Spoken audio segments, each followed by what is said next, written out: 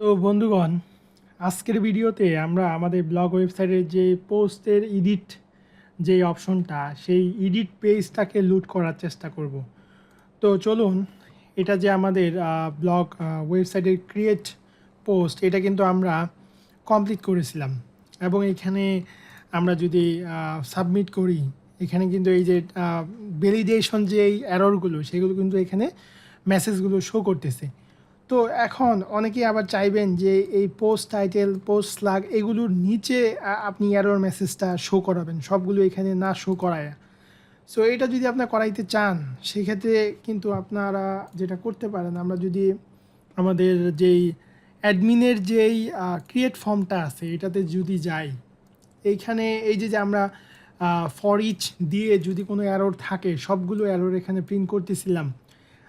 এখানে কিন্তু আমরা এটা যদি ইন্ডিভিজুয়াল প্রত্যেকটা নিচে শো করাইতে চাই, তাহলে কিন্তু আমরা এরর একটা ভেরিয়েবল আছে, এটাকে অ্যাকচুয়ালি এরর মেথড আছে, এটাকে কিন্তু আমরা ইউজ করতে পারি। এরর মেথডে আমরা কি করব, এরর মেথডটা এখানে কল করে এখানে যেই আমাদের নেমটা, যেটা আমাদের ইনপুট ফিল্ডের যে নেমটা দিয়ে আমরা এখানে ইন্ট এরর দিয়ে এখানে কিন্তু আমরা এই যে মেসেজ ভেরিয়েবলের থ্রুতে এরর প্রিন্ট মেসেজটা, সেশনের যে এররটা আছে সেটা কিন্তু আমরা এখানে পেয়ে যাব। আমরা যদি এখানে MESS মেসেজ AGE অর্থাৎ মেসেজটা যদি আমরা ভেরিয়েবলটা এখানে প্রিন্ট করি, তাহলে কিন্তু আমরা এররটা এখানে পাবো। আমরা এখানে একটা সিম্পল বুটস্ট্র্যাপের ক্লাস নিয়ে নিই। ধরেন যে ক্লাস টেক্স যে ডেঞ্জার যেই ক্লাসটা আছে, ডেঞ্জার যে ক্লাসটা আছে এটা নিয়ে নিলাম। তাহলে এখানে আমাদের মেসেজটা, এরর মেসেজটা রেড কালারে আসবে। তো এখন ধরুন যদি আমি এখানে সাবমিট দেই, তাহলে কিন্তু আপনারা দেখবেন যে এই যে দেখুন, the post title field is required. So আপনি কিন্তু প্রত্যেকটার জন্য এইভাবে দিয়ে দিতে পারেন এবং এগুলো রিমুভ করে দিতে পারেন। আবার ধরুন যে এই যে এখানে কিন্তু পোস্ট টাইটেল যেটা নেম, এটা কিন্তু সে বাই ডিফল্ট প্রিন্ট করতেছে। আপনি চাচ্ছেন যে না, আমি এটা আমার মতো করে দিব, সেটাও কিন্তু আপনি পারবেন রিকোয়েস্টের থ্রুতে। তো এটা আমরা আদার ফর্মের জন্য করব, ওয়ান বাই ওয়ান করব। আপনারা এগুলো করে নিয়ে, আমি জাস্ট এই বিষয়টা আপনাদেরকে দেখাইলাম। এখন ধরেন এখানে আমাদের এডিটে আমরা যাব। এডিটে যাওয়ার আগে এখানে আরেকটা বিষয়, এখানে কিন্তু এই যে ডিজাইনটা প্রবলেম ছিল, এটা আমরা ডিজাইনটা একটু অথবা আমরা পরে করতেও পারি। আমাদের কিন্তু এই যে এখান থেকে যে পোস্টের লিস্ট আছে, পোস্টের লিস্টে থেকে যে এডিট, এই এডিটে ক্লিক করলে কিন্তু আমরা একটা ফর্ম লুট করব। ওই ফর্মের ভিতরে ডেটাগুলো আমাদের যে এক্সিস্টিং পোস্টের যে ডাটা, সেটাকে পপুলেট করব, তারপর আমরা আপডেট করব। তো চলুন আমরা একটা কাজ করি, আমরা এই যে এটা সলভ করে আসি। এই ডিজাইনটা অ্যাকচুয়ালি এরকম তো আপনি রাখতে পারেন না, তাই না? উপরে যে স্পেসটা নিচ্ছে, তো এখানে সিলেক্ট টু সে যেটা করে, সে কিন্তু এখানে কিছু এডিশনাল ট্যাগ ইউজ করে। যেমন ধরেন যে এই স্পেসটা কে নিছে, এই স্পেসটা আপনি দেখবেন যে এই তো এইখানে যে যে ইউএল, যেটা হচ্ছে যে আমাদের যে এমটি ট্যাগটা, এই এমটি ট্যাগটা কিন্তু আমাদের এই স্পেসটা নিছে। অর্থাৎ আমরা যখন এখানে কিছু লিখবো, তখন কিন্তু এই যে ইউএল এর আন্ডারে আপনি দেখবেন যে এলআই অ্যাসাইনটা হয়েছে, যে এই এলআইটা অ্যাসাইন হয়েছে। সো এলআই এর ডিজাইনে আমাদের প্রবলেম আছে। আর যখন এলআই থাকতেছে না, লিস্টটা থাকতেছে না, তখন কিন্তু এই যে ইউএল এ আমাদের এমটি থাকতেছে, অর্থাৎ আনঅর্ডার লিস্ট যে ট্যাগটা, এটা কিন্তু এমটি থাকতেছে, এবং যার কারণে উপরে ওইরকম প্রবলেম দেখাচ্ছিল। তো আমরা এটা সিম্পলি সিএসএস অ্যাপ্লাই করে সলভ করে নিতে পারি। এটা আমরা যেটা করতে পারি যে আমাদের আমরা যদি ইন্সপেক্ট করে যাই, এখানে যে এই ট্যাগের যে ক্লাসটা, এই ক্লাসটা আমরা যেটা করব, আমাদের যে ক্রিয়েট আছে, ক্রিয়েটের ভিতরে এখানে আমরা একটা স্টাইল ট্যাগ নিয়ে আমরা এই ক্লাসটা দিয়ে যেটা করব, এমটি, যদি ক্লাসটা এমটি থাকে তাহলে আমরা এটাকে ডিসপ্লে নান করে দিব, ডিসপ্লে নান, এবং এটাকে আমরা ইম্পর্টেন্ট ইউজ করে দিই। তাহলে যেটা হলো, আপনার এখানে কিন্তু সে যখন এই ইউএল এর আন্ডারে, এই ক্লাসের আন্ডারে যখন কোনো ট্যাগ থাকবে না, এমটি থাকবে, তখন কিন্তু সে এটাকে আর এই যে ফাঁকা স্পেসটা দেখাবে না। এই যে এবার দেখুন, এবার কিন্তু এটা কাজ করার কথা। কাজ না করলে আমরা আবার সলভ করব, সমস্যা নেই। তো এই দেখুন, এটা কিন্তু সলভ হয়ে গেছে। হ্যাঁ, এটা কিন্তু এই যে ফাঁকা স্পেসটা, প্রবলেমটা সলভ হয়ে গেছে। এখন যদি আপনি এখানে লেখেন পিএইচপি, তাহলে এই যে আস্তে আস্তে জাভা আস্তে আস্তে এখানে কিন্তু আবার এই যে এখানে কিন্তু ওভারল্যাপ হয়ে গেছে। সো ওভারল্যাপটা সলভ করার জন্য আমরা ধরেন এটার একটা প্যাডিং মার্জিন আমরা দিয়ে দিই। ধরেন যে এটার আমরা প্যাডিং দিলাম 2 পিক্সেল, 2 পিক্সেল, উপরে নিচে 2 পিক্সেল, ডানে বামে 2 পিক্সেল। আমরা এটা একটু এখন দেখে নিই যে কত দিলে অ্যাকচুয়ালি এটা ভালো দেখায়। ধরেন এখানে আমরা দিলাম এটা 10 পিক্সেল অথবা 11 পিক্সেল। হ্যাঁ, তো এটা ধরেন যে এটা যেমন আছে তেমনই থাকুক। তো এটাকে আমরা কপি করে এখানে দিয়ে দিব। আমাদের এখানে আমরা এটা দিয়ে দিলাম। এরপরে ধরেন আমাদের এইখানে আমাদের এই যেই বাটনটা, এই বাটনটাকেও আমাদের একটু ঠিক করে দিতে হবে। ধরেন যে বাটনটাকে আমরা যেটা করব, এটাকেও ধরেন যে প্যাডিং মার্জিন দিয়ে দিব 0 pixel, 0 pixel, margin 0 pixel, 0 pixel, এবং এগুলো ইম্পর্টেন্ট হবে অবশ্যই, ইম্পর্টেন্ট। এবং এইটাতেও আমরা এটাকে ইম্পর্টেন্ট ইউজ করি, ইম্পর্টেন্ট। তাহলে এখন ধরেন যে আমরা এটাতে এইভাবে দিই, যদি এরকম থাকে, হ্যাঁ এখন কিন্তু এটা সুন্দর ভাবে অ্যালাইনমেন্ট হয়ে গেছে। হ্যাঁ, আমরা যদি এটা এইভাবে রাখি, ওকে ফাইন, এখন কিন্তু ওভারল্যাপটা হচ্ছে না, এবং এইটার মার্জিন প্যাডিং ধরেন যে 0ই থাকলো। তো এখন আমরা এটাকে করে দিলাম, এবং এটাকে আমরা একটু ফরম্যাট করে নিতে পারি। আপনারা যখন প্রফেশনাল কোনো ক্লায়েন্টের প্রজেক্ট করবেন, তখন তো এইগুলো এই যে মিনিফাই করে নেবেন, কারণ আপনার এক্সিকিউশন টাইমটা কমে যাবে, আপনার ওয়েবের স্পিডটা, পেজের স্পিডটা ভালো থাকবে, ভালো পারফরমেন্স পাবেন। তো আমরা এগুলো একটু মিনিফাই করে নিলাম।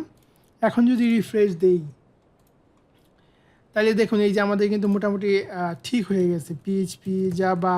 হ্যাঁ, এরপরেও এই কিছু ইস্যু আছে, যেমন ধরেন যে ইনপুট যে টেক্সট এরিয়াটা যেটা দেয়, এটা যে আপনার সিলেক্ট টু যে টেক্সট এরিয়াটা অ্যাসাইন করে, এটা কিন্তু আপনার এই যে ছোটো আসতেছে, এটারও আপনি প্যাডিং মার্জিন দিয়ে ঠিক করে নিতে পারেন। এটা আমি আপাতত ধরেন যে স্কিপ করলাম।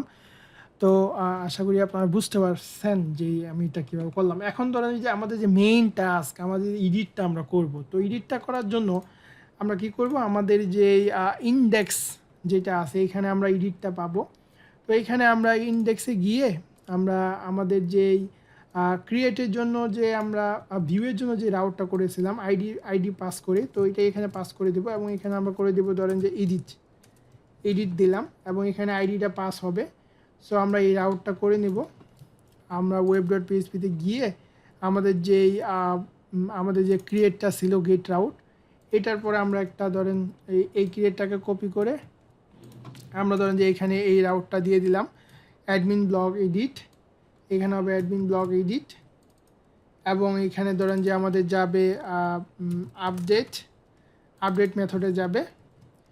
এবং এইখানে আমরা যেটা করতে পারি, এইখানে আমরা দিতে পারি যে এডিট, অথবা আমরা এটা একটা কাজ করতে পারি, এটা আমরা এডিট মেথডেই পাস করতে পারি, গেট এডিট অথবা এডিট, যেহেতু এটা একটা গেট মেথড। তো আমরা এখানে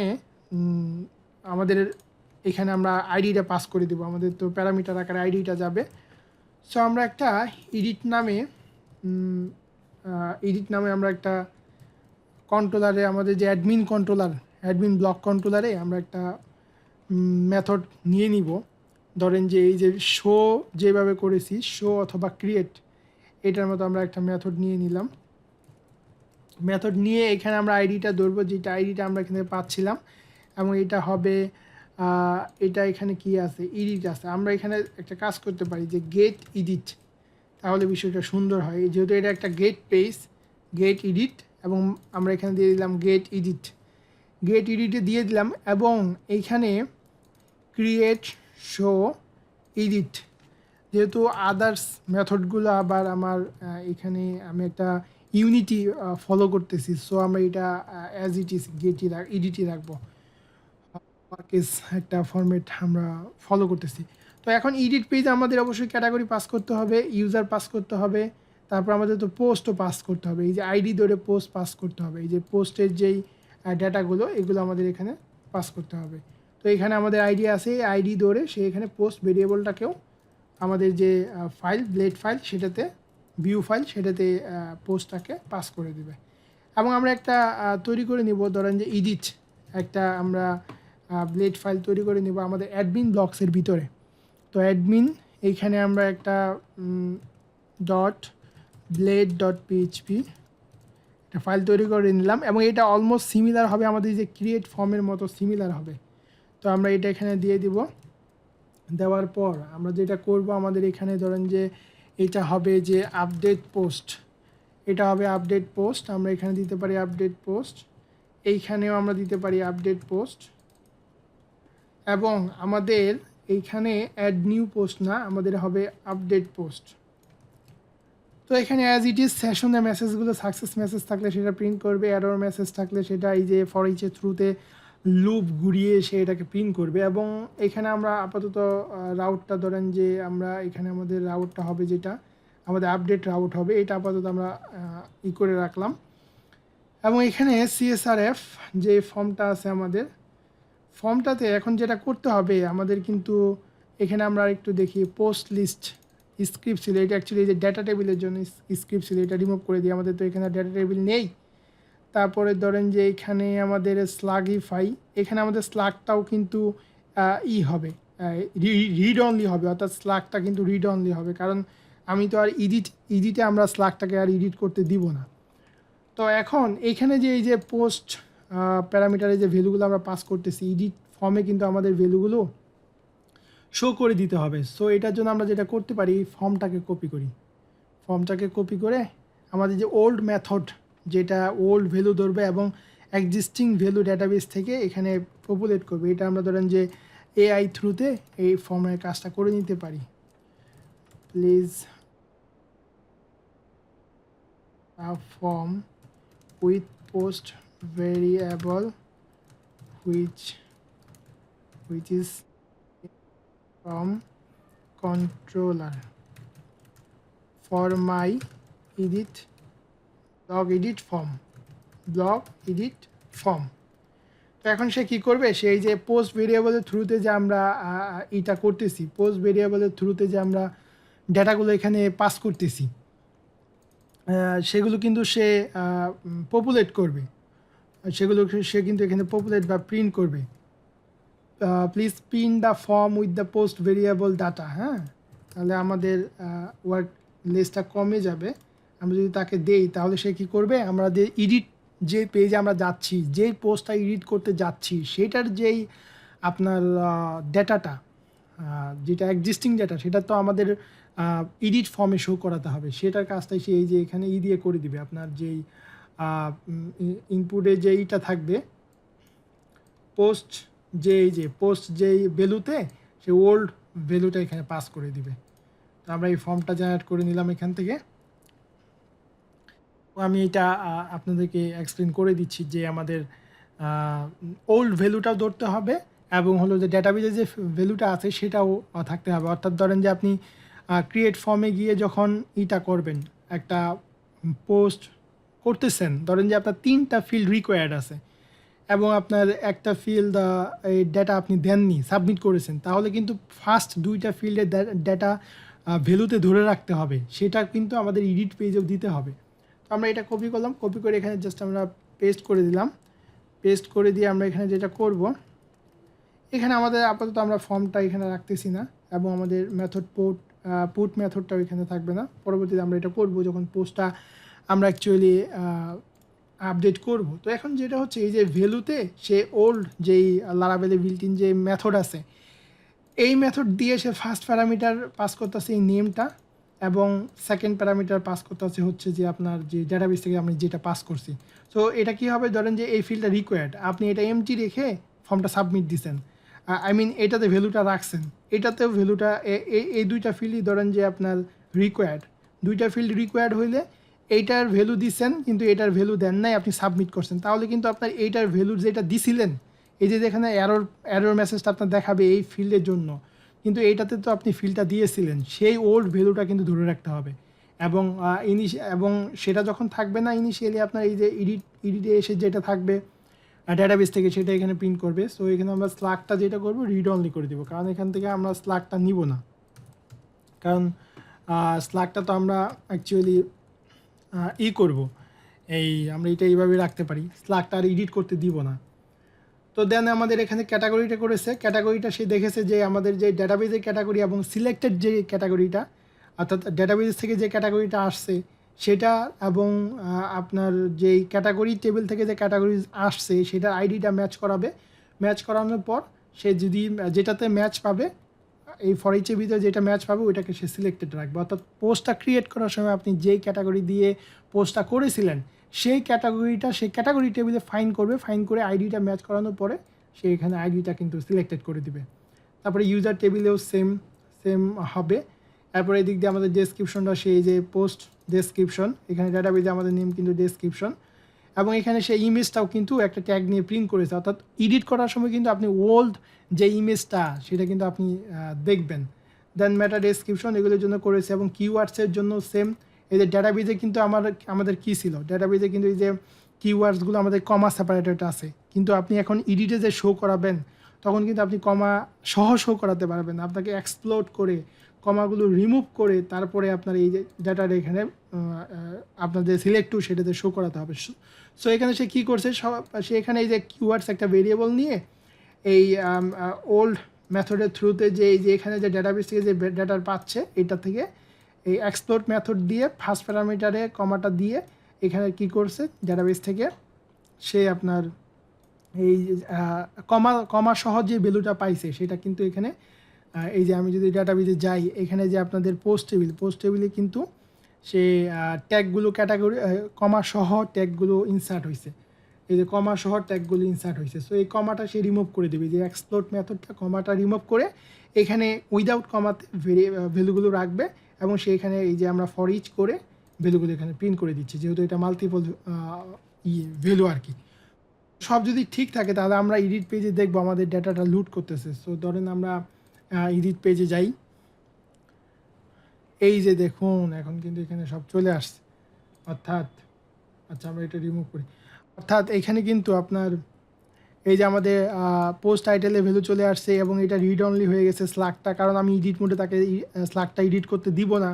তারপর ক্যাটাগরিটা সিলেক্টেড হয়ে গেছে, অ্যাডমিন ইউজার একটাই সিলেক্টেড হয়ে গেছে, এই ভ্যালুগুলো শো করতেছে, এই যে এক্সিস্টিং ইমেজটা শো করতেছে, ম্যাটা টাইটেল ম্যাটা ডেসক্রিপশন, এবং এই যে এখানে আপনার আমাদের ইটা দেখাচ্ছে, আমাদের যেই আপনার এখানে যেই কিওয়ার্ডগুলো আছে সেই কিওয়ার্ডগুলো কিন্তু সুন্দরভাবে নিয়ে দেখাচ্ছে আপনার আমাদের যেই আমরা এটা একটা কাজ করি, এইটা আসতেছে, এইটা আমরা একটু দেখি।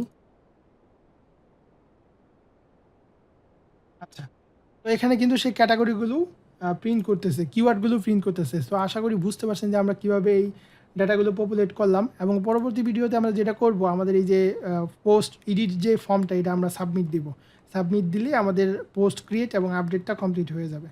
So thank you.